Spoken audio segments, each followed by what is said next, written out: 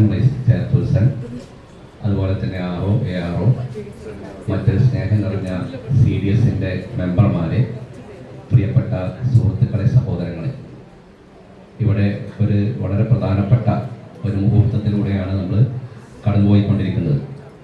കുടുംബശ്രീയുടെ ലക്ഷ്യം എന്ന് പറയുന്നത് അടുക്കളയിൽ നിന്ന് സ്ത്രീകളെ അരങ്ങത്തേക്ക് നയിക്കുക എന്നുള്ളതാണ്. അതിന് നേരത്തെ എല്ലാവരും സൂചിപ്പിച്ചതുപോലെ നമ്മുടെ കേരള സംസ്ഥാനത്ത് കുടുംബശ്രീക്ക് വളരെയധികം പ്രാധാന്യമുള്ള ഒരു കാലഘട്ടത്തിലാണ് നമ്മളുള്ളത്. ദാരിദ്ര്യ നിർമ്മാർജ്ജനം, പോവർട്ടി ഇറാഡിക്കേഷൻ എന്നതാണ് ഇതിൻ്റെ ഏറ്റവും പ്രധാനപ്പെട്ട ലക്ഷ്യം.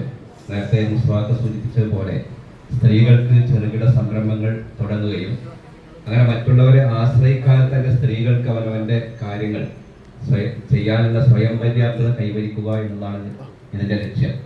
കുടുംബശ്രീ എന്ന് പറയുമ്പോൾ ആളുകൾക്കൊരു വിശ്വാസമാണ്. അപ്പോൾ നമ്മൾ യാത്ര ചെയ്ത് പോകുമ്പോൾ ഒരു ഹോട്ടൽ കാണുമ്പോൾ അത് കുടുംബശ്രീയുടെ ഹോട്ടലാണെങ്കിൽ അതിനകത്ത് കയറി ഭക്ഷണം കഴിക്കാൻ ആളുകൾക്കൊരു വിശ്വാസമാണ്. അതുപോലെ കുടുംബശ്രീയുടെ ഔട്ട്ലെറ്റ് അത് കാണുമ്പോൾ അവിടേക്കൊരു ശ്രദ്ധ പോകും. അതിൻ്റെ എംബ്ലം, ആ കുടുംബശ്രീ എന്നുള്ള ബോർഡൊക്കെ കാണുമ്പോൾ സ്വാഭാവികമായിട്ടും ആളുകളുടെ ഒരു വിശ്വാസമുണ്ട്. അതിനകത്ത് മായൊന്നും ഉണ്ടാവില്ല, അത് വളരെ ശുദ്ധമായിരിക്കും എന്നുള്ള ചിന്തയുണ്ട്. അപ്പോൾ നമ്മുടെ കുടുംബശ്രീ വളരെ സജീവമായ പ്രവർത്തനവുമായിട്ട് മുന്നോട്ട് പോവുകയാണെങ്കിൽ ധാരാളം സംരംഭങ്ങളൊക്കെ തുടങ്ങി നമ്മുടെ നാട്ടിൽ തൊഴിലില്ലാത്തവർക്ക് തൊഴിൽ കൊടുക്കുന്ന ഒരു ഇടമായി കുടുംബശ്രീ മാറണം. കഴിഞ്ഞ നേതൃത്വം നൽകുന്ന അവസരത്തിൽ കുറ്റ പ്രഗത്ഭയായ ഒരു ലീഡർ തന്നെയാണ്.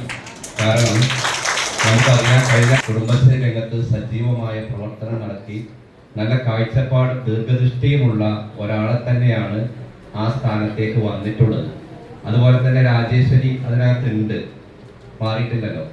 പഴയ നമ്മുടെ പ്രസിഡന്റാണ്, ചെയർപേഴ്സണാണ്. അപ്പം എല്ലാവരും കൂടി ബാക്കിയുള്ള 24 ആളുകൾ സത്യപ്രതിജ്ഞ ചെയ്തപ്പോൾ അങ്ങനെ ശ്രദ്ധിക്കരുത്. ആരും മോശപ്പെട്ട ഒരൊറ്റ എണ്ണം അതിനകത്തില്ല. എല്ലാവരും വളരെ പ്രഗത്ഭരാണ്. അപ്പം നല്ല ഒരു നാളെ നമുക്കുണ്ടാക്കണം. അടുത്ത ഈ 3 വർഷക്കാലത്തെ നിങ്ങളുടെ പ്രവർത്തനം വളരെ നന്നാകട്ടെ എന്ന് ആശംസിച്ചുകൊണ്ട് ഞാൻ നിർത്തുന്നു. നന്ദി. ജയ് ഭാരത്.